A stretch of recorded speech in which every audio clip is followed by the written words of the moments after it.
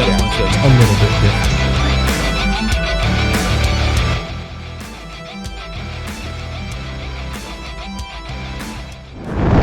Have you ever had one of those, I don't understand why I'm going through this moments?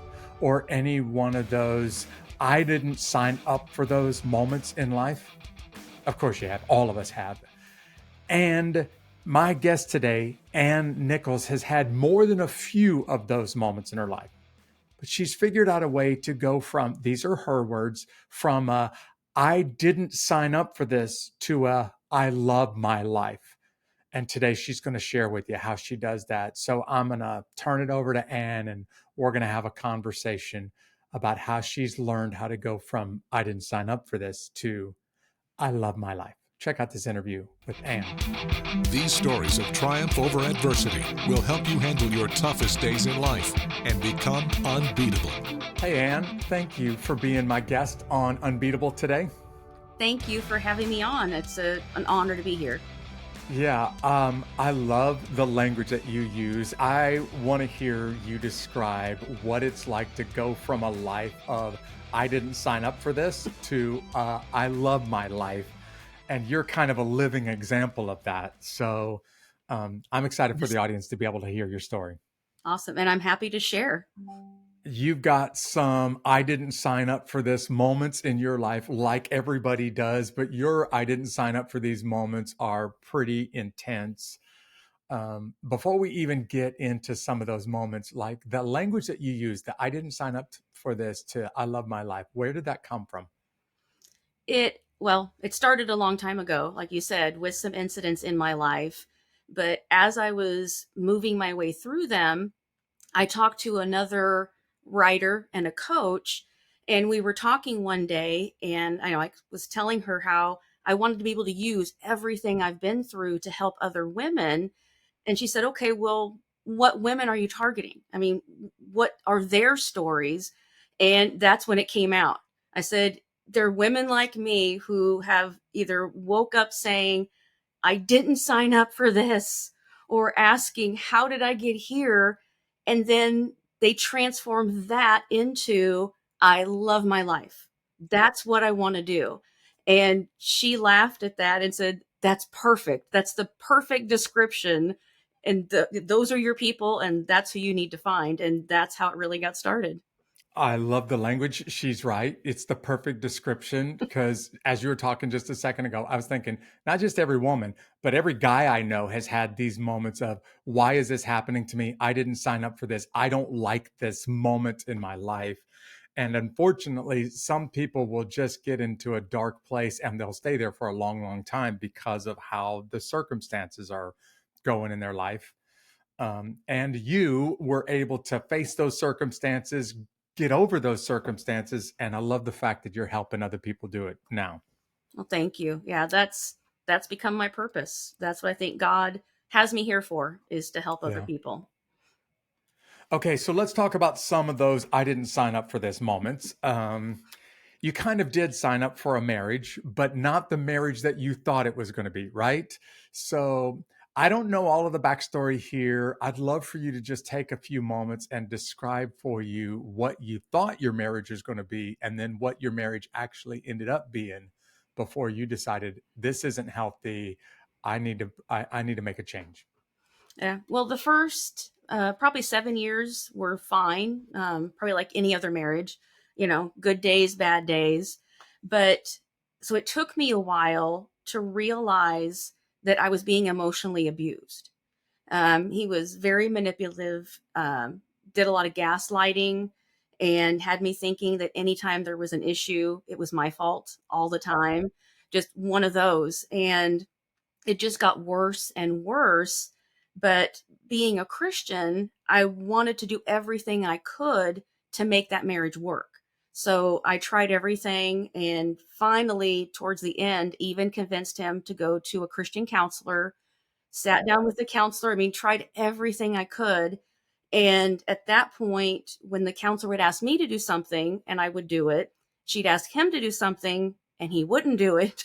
That was one of the main, epiphanies I had at that point, was this is never going to change. It's never going to get better. And so that was, the first stage. And then there was an incident where he was yelling at both me and our daughter, in our faces, getting, so angry, calling us horrible names, just saying, really mean things. And I started scratching an itch that I had on my arm, and didn't even think about it until the next morning. I was looking in the mirror and I saw that I had dried blood on my arm, and realized I had scratched myself so hard that it had bled, that I had essentially cut myself because of the nerves from it. And it reminded me of a family member who had gone through a stage of cutting because of emotional illness. And it woke me up. I said, I'm not going to become that person who does this, and I need to get out of this. And that was it. And so I filed for divorce right after that, and went through the awful divorce stage. But I got away from it, and stepped out on my own and got away from the abuse. I'm sorry, I shouldn't have laughed at that. When you Oh said the no. awful divorce stage, anybody that I know that's gone through a divorce, when they start talking about what it was like to go through it, man, it's nothing but the worst vocabulary words that you can find in the language, in the dictionary, right? Like that's what it was like. And even the people that assumed that my divorce will be different, in the end, they end up using the exact same vocabulary words from the dictionary, like the worst possible words you can use. Um, there are other ladies that we've interviewed, some of them that have been married in like literally life-threatening situations where their husband went to prison for some of the stuff that they were doing, planning on doing. Other ladies that have been egregiously abused. And in some cases, I've said this in the past, there are some ladies who've been in a marriage as long as you were in it who just can't see a way out. So they just find a way to endure the abuse instead of finding the strength to leave. In fact, unfortunately, I've known some women like that personally. And when you throw in there, the stigmas of what what kind of person you are if your marriage ends in divorce, in some parts of our society, as you know, that gets even harder. So actually making the decision, like, I know it's unhealthy, but chances are you've known it was unhealthy for all the way back at 7 years into the marriage. You're 20 years in and deciding, okay, I'm not going to live like this anymore. Some ladies will never get there. What was it that prompted you to say, I can't do this? If I stay in this relationship, it's going to be really, really bad. No matter how bad it's going to be going through a divorce, I have to, face a different outcome in the future. That point was the main point that got me there. And another thing that happened that I call a God thing, because there were people on his side of the family who were Christians also, but they were using it against me, and pulling parts from the Bible and telling me this was wrong to even think about divorce. You have to stay, you have to endure it. Is that Yes. what they were telling you? Yep. And Yeah. but I was looking for, my daughter was at that stage where she was dating and getting somewhat serious with someone. So I was looking for books that I'd heard of, for questions to ask, as you're dating, to make sure you're compatible. That's what I was looking up online. And somehow this book popped up called The Emotionally Abusive Marriage. Had nothing to do with what I was looking for. But it was there. So I bought it on a whim and started reading it. And at the end of every chapter was a quiz. And it was written by a Christian counselor. So I felt comfortable with that too. But every quiz I took told me I was being abused, and in ways I didn't even understand until that point. I knew nothing about gaslighting until I read that book. And it showed me, I mean, I started going through my marriage all these years and thinking, okay, here's a sign. Here was a sign. Here was all these things that I just had overlooked. And, part of it was because he was such a master manipulator. He was so good at it. And, but it hit me right then, like, this is it. And I would call one of my best friends at the end of every chapter and tell her, oh my gosh, I'm being abused. And she would tell me, yeah, you're the last one to notice. You're fine. So everyone around me was seeing it too. And so all of that added together and gave me that strength that I needed to finally say no more. I had put my dreams on hold because of him. All these things I wanted to do in my life just were by the wayside. And I couldn't do it anymore. I didn't want to continue crying myself to sleep every night. I didn't want to feel abused. I didn't want to feel run down and worthless anymore. And I knew that was the start. I had to get out of that situation if I was ever going to overcome all of those horrible things in my life. It sounds like the quizzes at the end of each chapter of this book are not the quizzes that you want to ace, but you were acing at each quiz. Exactly. Somebody's listening right now who's struggling in a relationship, and maybe they need to check out this book. So tell everybody the title of this book again. It's called The Emotionally Abusive Marriage. I can't remember who the author is. It's been years ago. But look that up. I said it's a Christian counselor, wonderful woman.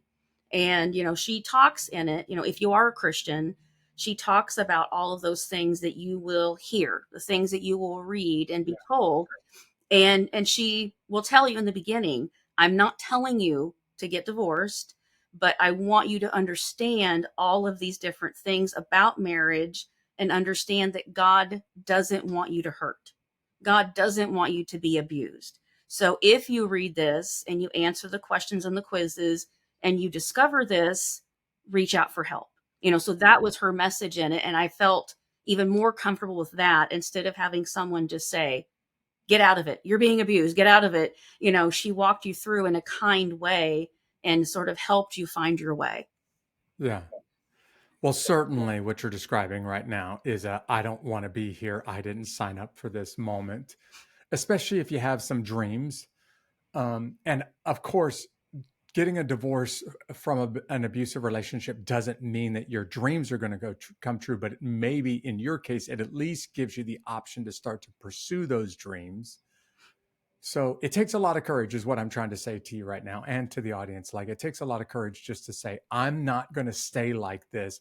I'm going to face the future as scary as it might be. I don't know if it'll actually be worse, but I'm going to face it anyway. And then you go out and you start to pursue your dreams. And of course, you have some medical problems, which becomes an allergy, which almost cost you your life and your leg. Mm-hmm. So can you talk about the allergic reaction, how this started and what happened? Okay. Yeah, it was about a little over a year after the divorce. So, things were going better in my life. Trying to get your feet underneath you, Yeah, right? I had, bought my first home ever on my own, cute little historic house. What? Good for Yeah. you. All Yep. right. Come Yeah, I on. was making strides. I was working on my writing. Things were going great. I had a new business that I'd started right before the divorce, and it was going well. I'd met someone new. I mean, just things were going great. And, so just all those things you imagine after the horrible divorce, things were finally going well. And then I got the flu. Just normal thing, should have been a normal thing. But after the third day of it, I was so miserable. I went into urgent care. They ran tests and came back and said, yes, you have the flu. Your white blood cell count's a little low. There's some inflammation on your abdomen. So those were the only two things they found wrong with me and pointed to the flu. So they gave me prescription for an antibiotic, and I finally was able to take it the next day. And within a few hours of taking it, I had lost feeling in both of my legs from the knees down, and I couldn't walk. And so I was so I didn't know what was happening to me. At that point, I was rushed to the hospital, and they ran their own set of tests and discovered in less than 24 hours from the previous test that showed basically nothing wrong with me, showed that my entire body from the kidneys down had filled with blood clots because of this. Yes. And that's what had caused the loss of feeling in my legs, was all of the blood clots that came from that allergic reaction. So I was rushed into emergency surgery. They had to cut me open in both groins to go in and start pulling out blood clots. During Wow. surgery, yes, a big emergency surgery. Yeah. That sounds And like a pretty severe, life-threatening surgery. Like, we don't even know if we're going to be able, if you're going to make it through the surgery. exactly. And when going in though, I didn't even understand what was wrong until later. When they were rushing me through, they had already given me something that was starting to, make me go out. And so I just remember them saying, honey, we're rushing you into surgery. We've got to get you in there. We'll take care of you. And that was it. I had no idea what was happening. And so, but during surgery, the surgeon was removing all the blood clots, and he saw that my right leg had gone back to normal, but my left leg had developed compartment syndrome. And that is when your body part gets so swollen from pressure. For mine, it was from the blood clots, that it was about to burst. So he then had to cut my leg open on either side to relieve the pressure to try to save my leg. So thankfully, I survived the surgery. And when I woke up, he came in and was explaining all this to me, what had happened with the blood clots, and then told me, I've never seen anything like this in all of my years of surgery. You're lucky to be alive. So that was my first, I thought, miracle. I'm here. But then he told me about my leg. He said, this is what I had to do in an attempt to save it, but it didn't work. And your leg and foot are dead, and we are preparing to amputate. Oh, yeah. That's what I woke up to. So, I've had some buddies in the Army that have had some pretty severe combat wounds, and one or two of them have had compartment syndrome. I've seen them in the hospital, limbs totally swollen, bandaged up, and just seeping, trying to drain. And thinking to myself, like, man, that doesn't look good. Like, it doesn't look like that limb is going to make it. But I don't think any of my buddies have ever got to the point that the compartment syndrome was so severe that it basically killed the circulation in the leg. We've lost the leg has basically gone dead, and now you're going to have to lose it. I have had buddies that have been so blown up that there's no way to repair the leg. We're going to have to take it off, but not from compartment syndrome. And one or two of my friends talked to me before they went into surgery for an amputation, saying, look, there's no going back from this. And I don't even know what my life is going to look like after this. So I'm about to go in and have them cut off a limb. And when it's over with, I'll never, ever be the same again. I'm thinking about a lady who's on her own, trying to, start a new life, and is now in the hospital hearing from a doctor, yeah, you're going to lose that leg. We're going to have to cut that leg off. So tell me what it was like hearing that news. oh, it was horrifying. And initially, I think it was a lot of shock, because Yeah, because you didn't even know what was wrong with you when they put you under, right? You're still unclear yeah, about what's going on. yeah, I had no idea until he explained it. And so, my first thought was, how is this happening? How did I go from having the flu Yeah, to now you're telling me you're going to take my leg? It made no just sense. just a few days earlier, I'm totally healthy. Then I'm in the hospital. Now you want to amputate my leg, and it's happening in world record time. That's crazy. Yeah, it was, so the whole thing just, I couldn't really wrap my mind around it. And in a way, I think that was a lucky thing, because I couldn't wrap my mind around it. I couldn't, quite understand what was really happening, and I didn't quite believe it. And so, and thankfully, this was the next stage. Because of what my body had already been through, they decided to wait a couple of days to do it, because they still had more tests to run to make sure that all the blood clots were gone. And so they said, this is the plan. This is what we're going to do. So it gave me 2 days to think about it. And which in some cases, for a lot of people, might be horrible, that you're sitting there, Yeah, thinking about it considering losing a leg for two for days. 2 days. But for me, like I said, it was partly shock, but instead of, sort of freaking out or going down the rabbit hole that is so easy to go down, I just started praying. And that's what I focused on. And I focused on the fact that I was still here, that God had saved my life. Yeah, giving you another day of life. Yeah. Yep. And so I thought, okay, I know he can do that. So why can't he do something else? And so I thanked him first for my life. I focused on gratitude, and I just started praying, and I just started asking for one more miracle. And I thought, please, God, just find a way to help me through this. I need one more miracle. And I did that for 2 days, and I stayed positive. They were coming into my room constantly. I had, all of the IVs and everything, Sure. All the tubes and all of the stuff sticking out everything of out of you. my body. But every time they came in, I was nice. I just said, "How are you today?" I always focused on, being kind and just positivity. And I just kept begging for a miracle. And then I kept picturing myself in the future being back to normal, all body parts intact. And I focused on that vision. And once again, I got a miracle. On that third day, my leg and foot came back to life.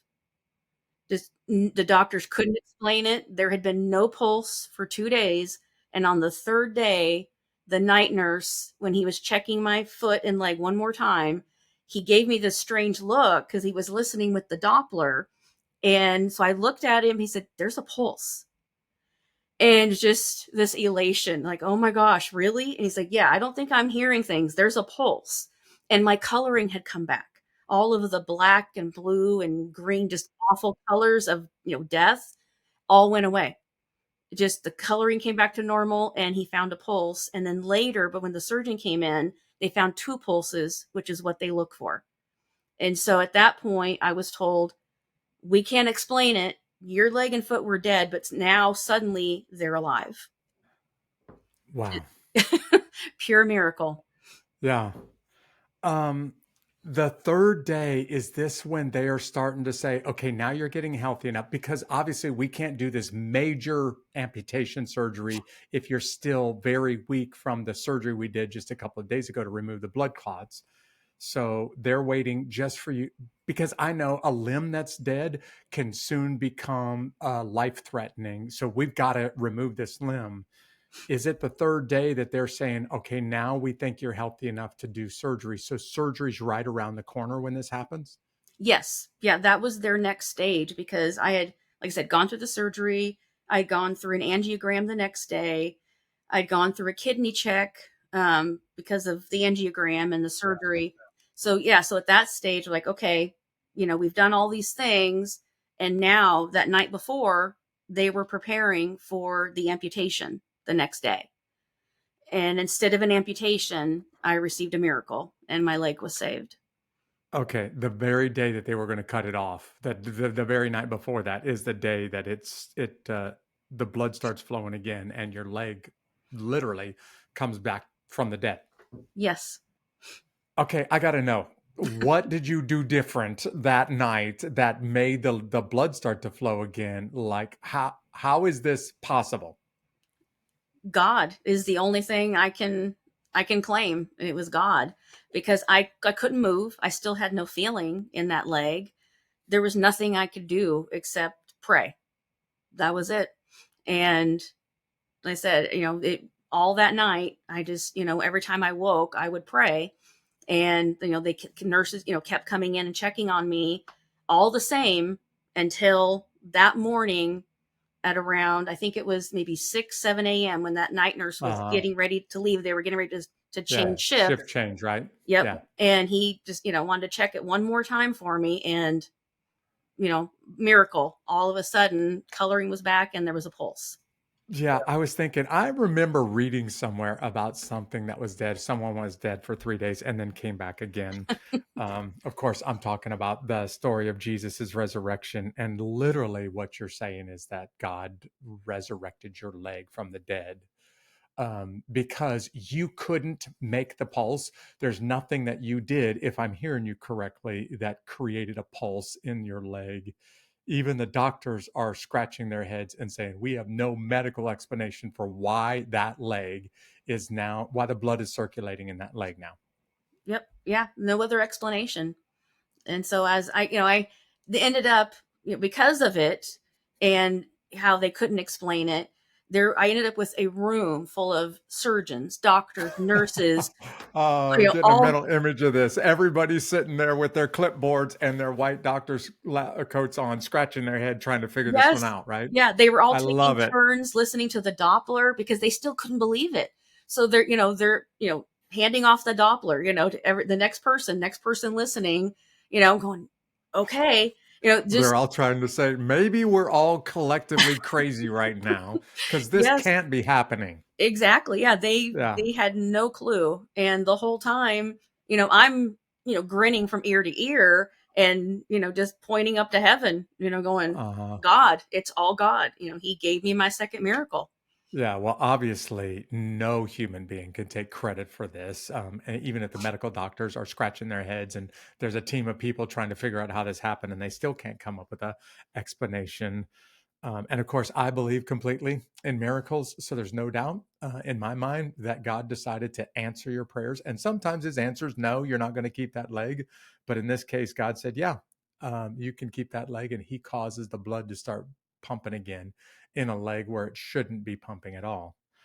Please tell me, Anne, that you've been on high heels and twirling around on that leg and that it's totally normal and totally healthy.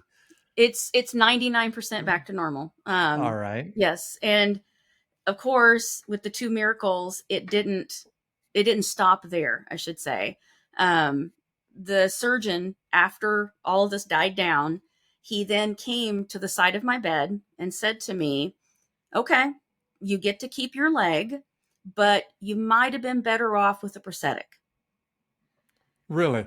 Yes. And so I'm like, what? He's treating the keeping your own leg like a consolation prize. Like, yeah, you didn't win the grand prize. You got second place. So Yes. yeah, you get to keep a bad leg.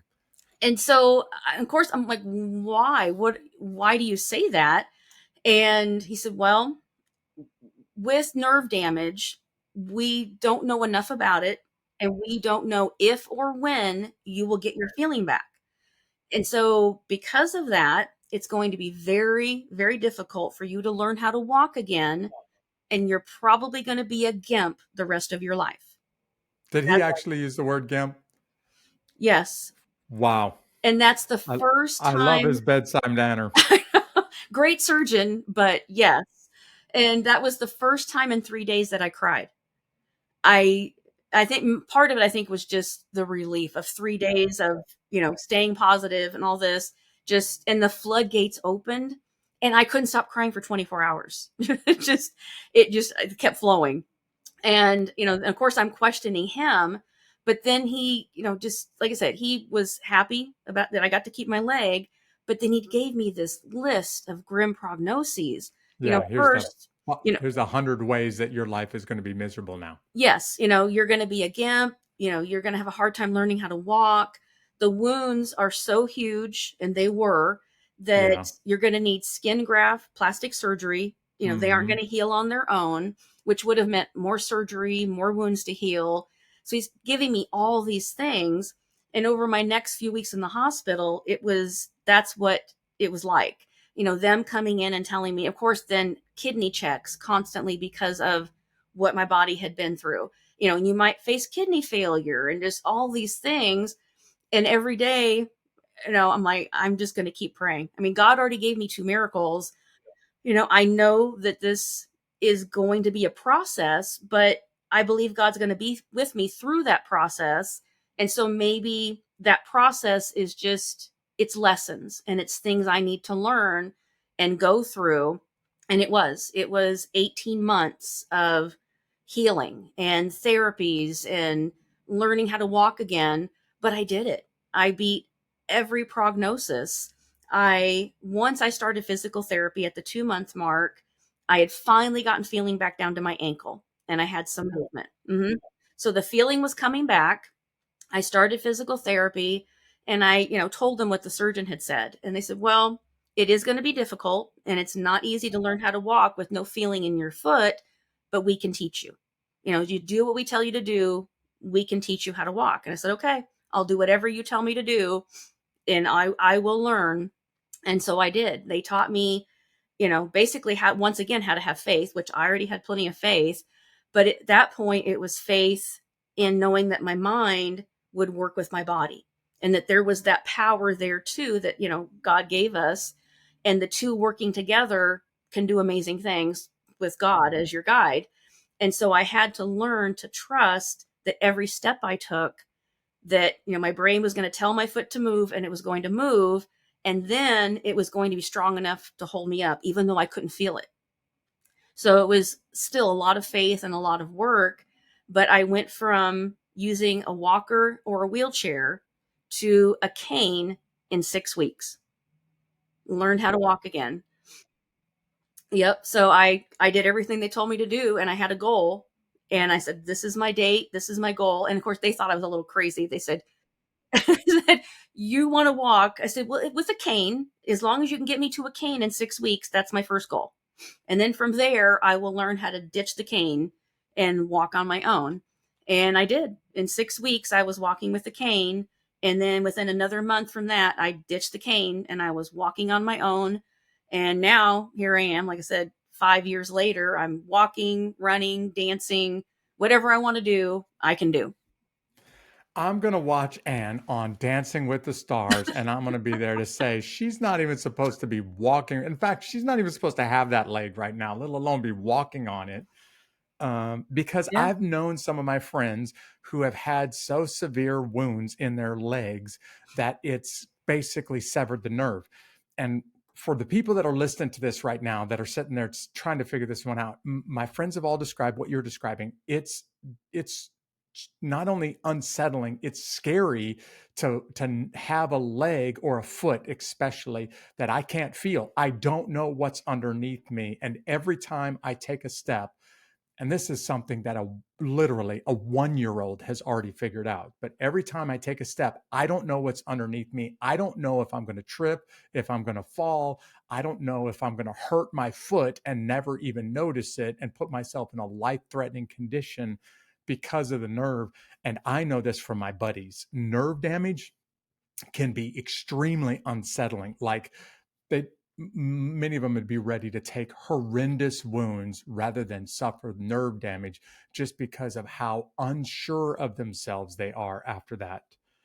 And you're telling me 18 months of physical therapy with no hope that the nerves are going to recover, because typically they can, but they don't always do. Mm-hmm. And then now you're back to 99% on this one leg. Is there still some things that you're working on 5 years later? Still got some hope that will fully recover? I'm still hoping, like I said, because, God's always been there. But because of 18 months of no feeling, a few of my toes atrophied. And Uh-huh. so they are curved under. And so So that, the toes don't know how to grab the ground when you're taking a step, is what you're describing, mm-hmm, right? yep. And And they've curved under your foot. yes, so they're curved under a little. And so what I've been doing, and I don't know, it hasn't been completely healing them, is using the toe straighteners and, Uh-huh. kind of forcing them into the right shape. And it helps. And, at the end of the day, after I do it for several hours, they're a little better. And then by the next day, they're still, so it's hasn't been a complete cure for it. But I don't know, at this stage, knowing I can still walk, I can do all these things, even with that little bit of curvature in my toes. It may never come back, but, I still have hope, and I have things I can Yeah. do that, help me through. But that's the last little bit. Okay, we've spent several minutes talking about your leg now, on purpose, because I don't think the average person will understand just how life altering something like this is. And then to hear, okay, you're going to lose the leg, no question. And then maybe you'll be able to keep the leg, but you're going to be a gimp. And then you'll never be able to walk right. And you'll never be able to have the normal life that you once had again. All of those things are obstacles that some people are just overwhelmed by. And in your case, going through this 18 months of grueling, and I know physical therapy is always grueling. Anybody who's listening who's been through physical therapy can say the same thing. But to have the kind of recovery that you've had, man, that's incredible. And it also takes a lot of faith and a lot of hard work on your part. So you obviously have a story to tell. Um, and you've mentioned it already a couple of times in this interview that you wanted to write.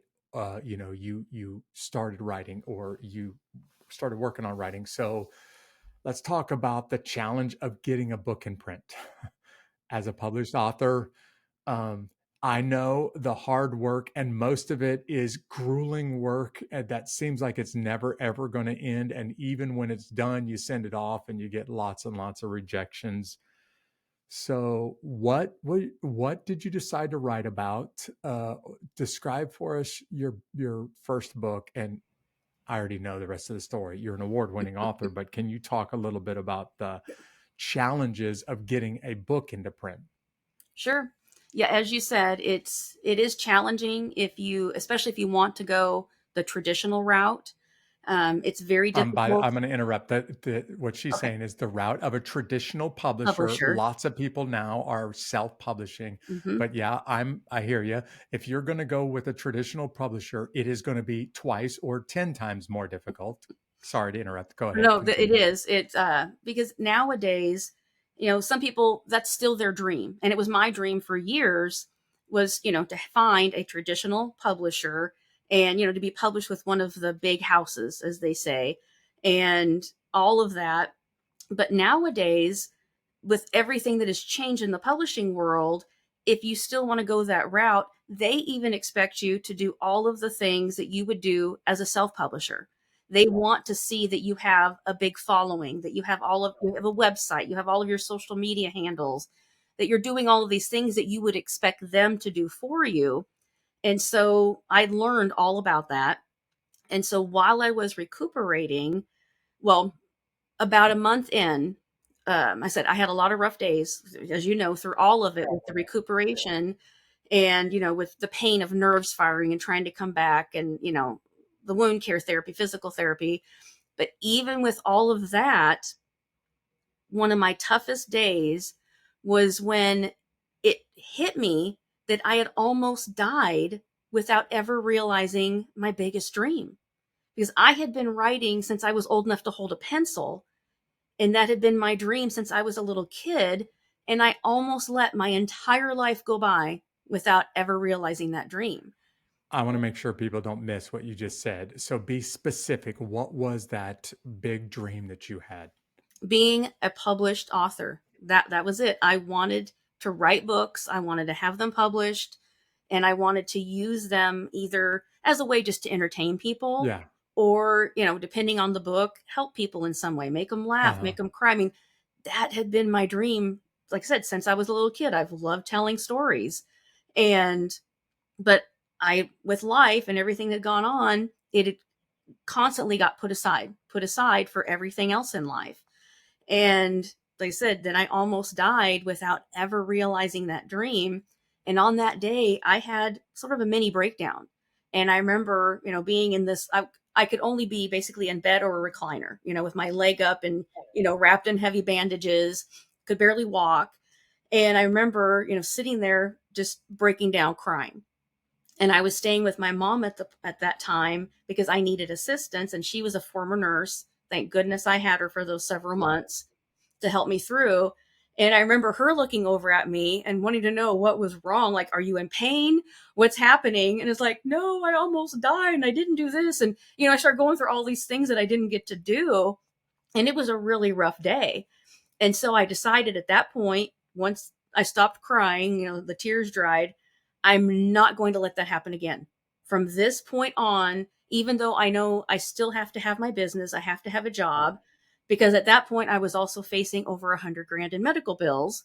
So I knew I needed, oh yeah, I knew I needed a job. But I thought, okay, but you can't let the job, you can't let this, recuperation, anything stand in your way anymore of your dream. So at that point, I had a book that I had almost finished, and but I was putting it aside because, and if anyone out there has also wanted to write, you may understand this. I went to conferences and to writing groups and met agents and editors and other writers, and everyone always has this big dream of writing like the next great American novel. Yeah. And it's The going to be next a New York Times bestseller. bestseller. Yeah, of Yes, and course. that's the dream. But at that point, I realized my writing dream doesn't have to look like everyone else's. It doesn't have to be that. I just need to start somewhere. Yeah. And Good for you. so, yeah, so I took this little book, which was a historical book about Fort Worth. And I called it The Time Traveler's Guide to Fort Worth, to where the West begins. All And right. and I took because I had written for 5 years for an online magazine, and I was the historical places examiner for Fort Worth. So I'd written about all these cool places in Fort Worth. I lived there. I loved it, but I didn't think that, I knew this wasn't going to be a best-selling book. I didn't even know how well it would do, but I thought, you know what? It still could help a lot of people. It's a neat idea. It gives people an idea of where to visit in Fort Worth when they go there. So I finished the book. I put it all together while I was laying there recuperating. And I went through the whole process of learning how to self publish on my own. And finally, 5 months after the incident, I finished and published that book. And I became a published author, finally. Wow. The Time Traveler's Guide to Fort Worth, is it still available? Yep, you can find it on Amazon. Okay. Somebody out there who's about to take a trip to Dallas for business or for pleasure, whatever, is listening right now. And they're saying, I'm going to get Ann's book and I'm going to go see some of these historical sites. Because, yeah, the I did an interview with a co-author friend of mine, Alton Gansky, in the past several months ago. And Alton and I talked about it. This is brutal, just trying to complete a book, let alone to get the cover done and to get it into print. And I've met countless people that have a dream to write or have a desire to write, but have never got one page of it accomplished. And it's probably because it's a hard task that's usually thankless, and most authors are not even going to break even, like me, who's worked really, really hard to put a number of books in print and never really even broke even on them. So um, there are some people that are going to write. It's going to take off like a rocket ship. It'll become a bestseller and you'll be super famous and super rich because of it. That's like 0.0001% of people that write. But the challenge is just to get a book into print. That right there is a hurdle that very few people who want to be an author will ever overcome. And it sounds like you didn't get one book in print, you got more than one, and your book started to get recognized, so received awards. Let's talk about some of your other books besides the Time Traveler's Guide to Fort Worth. Well, the other main book, I call it, Okay. is my poetry book called Expressions. And with that, I had been writing poetry since I was young as well, and I wanted to put that together. But with everything I went through after, with the incident, and then I became a life coach, I wanted to find a way to use it to help people. So instead of, I had this harebrained idea. Instead of just making it a poetry book, I wanted to do something special with it. So I also included coloring pages, like adult coloring pages to coincide with each poem, and journal pages to go along with each one. So that way, the people reading the poetry can then go through, they can color, express themselves through the coloring, and then they can journal about what they've read, or maybe it will encourage them to write something of their own. And so it walks them through this, because I learned that those three things together can actually help people with their mental wellness. It can help with memory. It can help with anxiety, all of these different things. And so that's the poetry book. So I put that together. And as you read the poems, I have some that are sad and deal with, things I've dealt with grief, but I also have some that talk about comeback and, doing good things.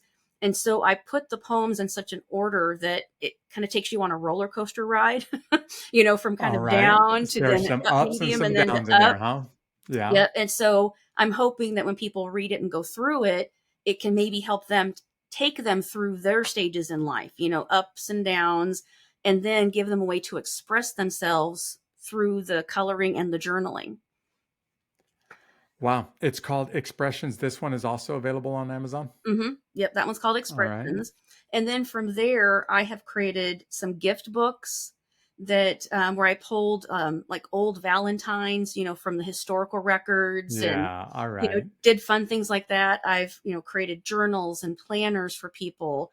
I have a gratitude journal that I put out that is I made to help people bring them gratitude through 12 weeks of a gratitude practice to help better their lives. So I've, done other things like that instead of just the, tried normal books. Yeah. I've done other things with my writing. Um, you're helping people with your writing because obviously you have some stories to tell after what you've been through in your marriage and the medical crises that you've been through. But you're also using your story to help other people. So you refer to this as living on the upside, Mm-hmm. and now you're helping women live on the upside too. So there's some ladies that are listening right now that are going through some hard times and they need some advice from you. There are some people that would love to know, what does it look like to live on the upside? Can you take a few moments and describe how you're helping? What are you doing and how are you doing it to help others tackle the challenges of life and be unbeatable like you have, Han?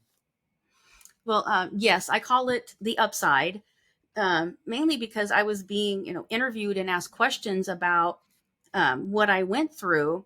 And once again, had this, I think it was like a little God epiphany one day when I finally realized that that's what it was. It was living on the upside, meaning that for every stage in life, for everything you're going through in life, for every downside, there is an upside to it. It all depends on how you look at it. And even laying there in the hospital with, those 2 days of them telling me they were going to amputate my leg, I tried to focus on the upside of it, which was I'm still alive. I'm still here. It could have been so much worse. I couldn't have been here to be hearing this news. So that was the upside of that moment. And then through all of the 18 months of, therapies and, getting nerve feelings back and all of that, there was so much pain that I was dealing with. But every time my nerves fired, I knew that they were trying to come back. It was the worst pain I've ever experienced in my life, but it was telling me they were trying to work.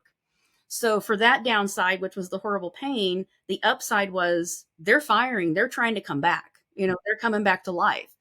And so that's why I call it the upside is, for every downside, you've just got to look, you've got to dig deep. Sometimes you have to dig really deep, but you will find an upside to it.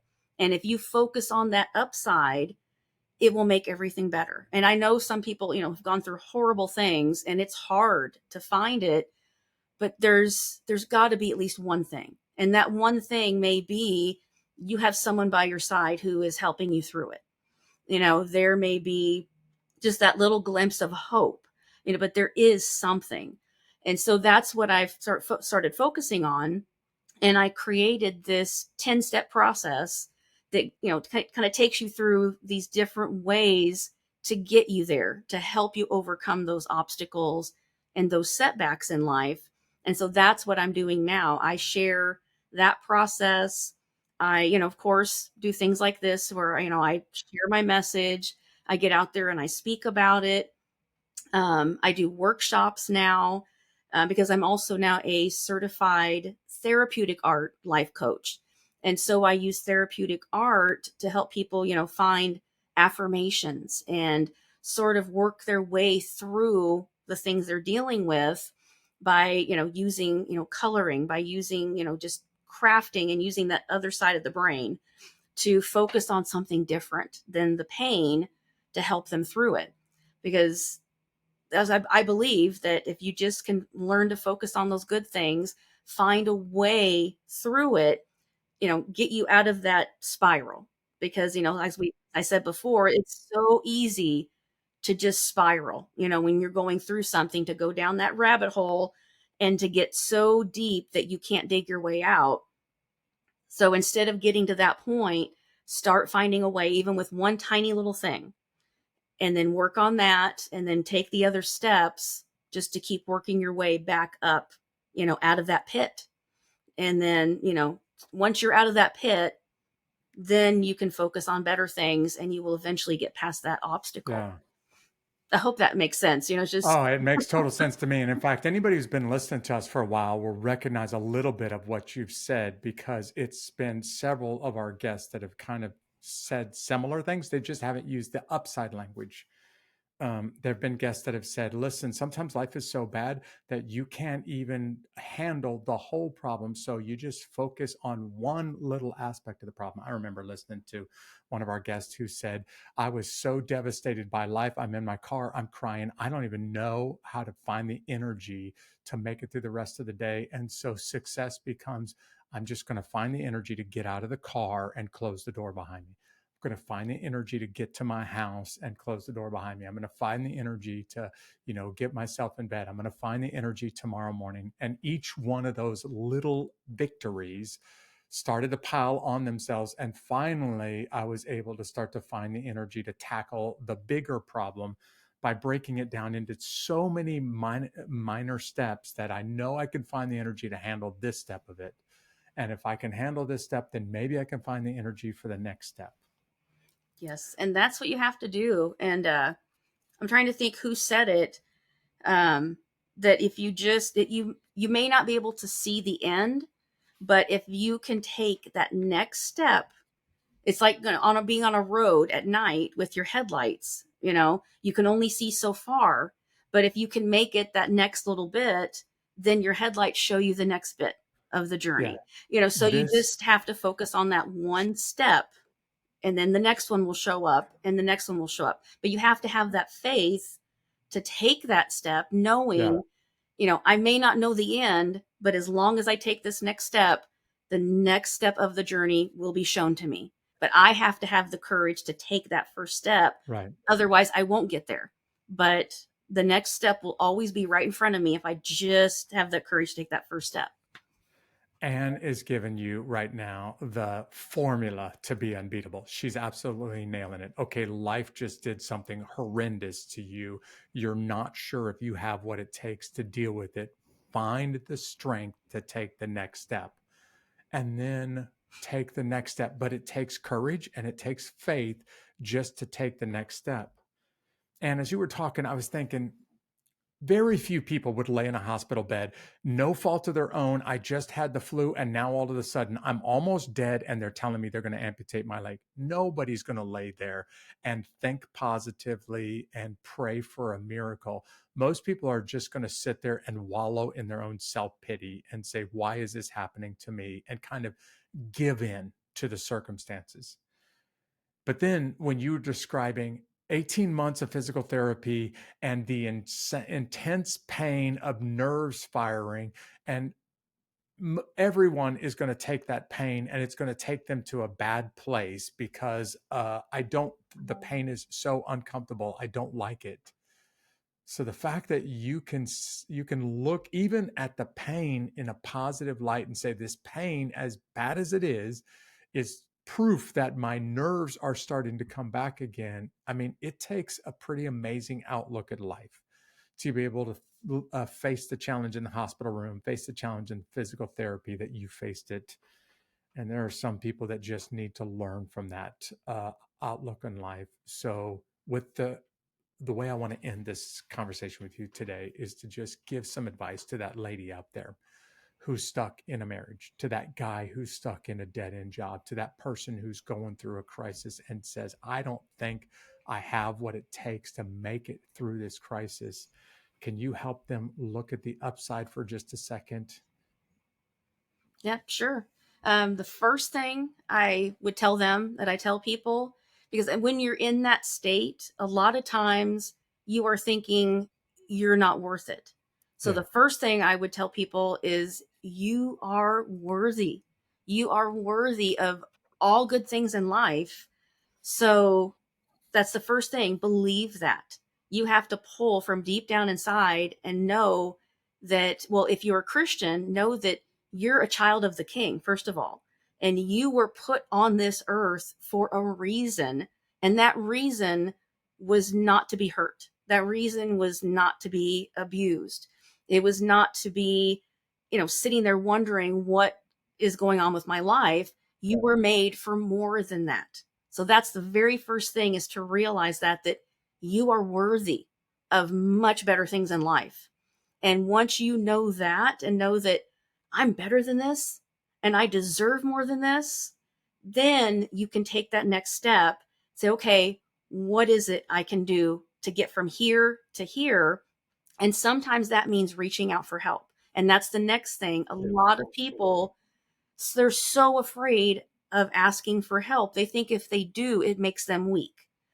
Well, I reached out for help. I reached out to God. I reached out to family and to friends. And like I said, I went and stayed with my poor mom for 3 months, who she had her own illness she was dealing with, but she was able to help me through for 3 months. And I had sisters helping me, brothers-in-law. I mean, I had all these people surrounding me, and I wasn't afraid to ask for help. So that's the next thing. Like I said, I mentioned at one point with the divorce, I went to a Christian counselor. So reach out and ask for help. Know that you're worthy, reach out for help, and then, like as we said before, find that very first step that you can take, and take it one step at a time. Write it down. Journaling is amazing, and that's why I create journals. That's why I added a journal to my poetry book. So write it down. If you have that goal, like if you're in the dead end job, okay, what is my dream? What is my dream job? What will it take me to get there? Write down all the steps, and then make them into tiny little goals. And as you make a goal, check it off, Check it and off the list. celebrate it. Yeah. That feels Celebrate. good. Yes. Celebrate every single step of the way. As I was recuperating, and I know some people thought I was a little crazy, every little tiny thing I would celebrate.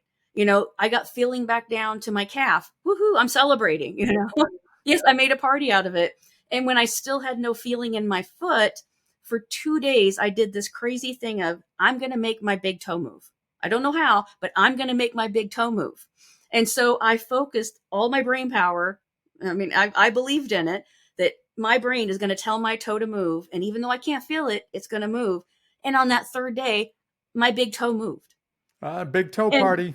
and I did. I took a video of it, and I sent the video out to all my friends. I'm like, I'm celebrating. I mean, you almost People think are I'm looking at nuts. their phone like, what is this video I'm looking at right now? Yes, but I'm celebrating. I made my big toe move. Of course. And, Yeah. and with the process of the book, The Big Dream, if you have one, I celebrated every step of the way there Yeah, too. good for you. Every Yeah. chapter I finished, I celebrated. When I finally got the cover created, I celebrated. When I, went through the first editing process, I celebrated. So just every single step of the way, make it a party, and know that you did something. It may not be a big deal to anyone else, and that's okay. This is your life, your dreams, your goals. Celebrate every single thing that you do. And then every single step you take, know that the next one's going to be even better. And you are worthy of that next step. You are worthy of making that dream come true. Find that faith in yourself first, faith in God and faith in you. Yeah. And if you can do that, you can do anything. Yeah. Just take those first steps. This advice is priceless to everybody who's driving and listening to this right now, or if you've got this podcast playing in the background while you're doing something else. By the way, Ann, I think we're on a roll now. I think pretty much every episode that I've ever recorded of this podcast, somebody has said, get some help. I'm usually the one saying it, if not the guest, because when you go through the kind of stuff that Ann's gone through, or the other guests on this show, it's the strong person who recognizes, I need some real help to get through this. It's actually the moron or the weak person who feels like, no, I'm tough enough, I can handle it. So go get help. I'm 100% behind getting some kind of help, and getting professional help when you really get stuck. It's worth it. You just gave some great advice for people that are really struggling right now. And I know it's going to help some folks. There are obviously people listening right now that are like, man, I like this lady. I want to know more about her. So how can they find out more about you? The main way is my website, AnnCKNickell.com. And on there, they'll find out about, my coaching, speaking, my books, anything that they want to learn about. They can go there. And if you want to know how that's spelled, we're going to put the link to that website in the notes to this. So you can just look down in the notes and there'll be a link to her website. And thanks for taking some of your time and sharing your incredible story. I hope that by listening to this, somebody will go from I didn't sign up to this to I love my life because of the practical advice they heard from you today. I hope they do. I'm praying for all of them. They can do great things. Thanks, Ann. We'll see you around. Heard it from Ann. If you've been listening to this podcast for a while, you've heard it from other guests. When life is so tough that you don't know if you have what it takes to face the challenges, if you're really going to be unbeatable, you just take it one step at a time. And you face that one tiny little obstacle that's right in front of you, and then you celebrate it like Ann said. And then you face the next obstacle and you celebrate that. And then you face the next obstacle. And pretty soon you're going to be able to look back over your life like Ann has, like other guests on this podcast have been able to do. And you're going to realize that you've been unbeatable too. And I think a lot of this comes from Ann's incredible faith.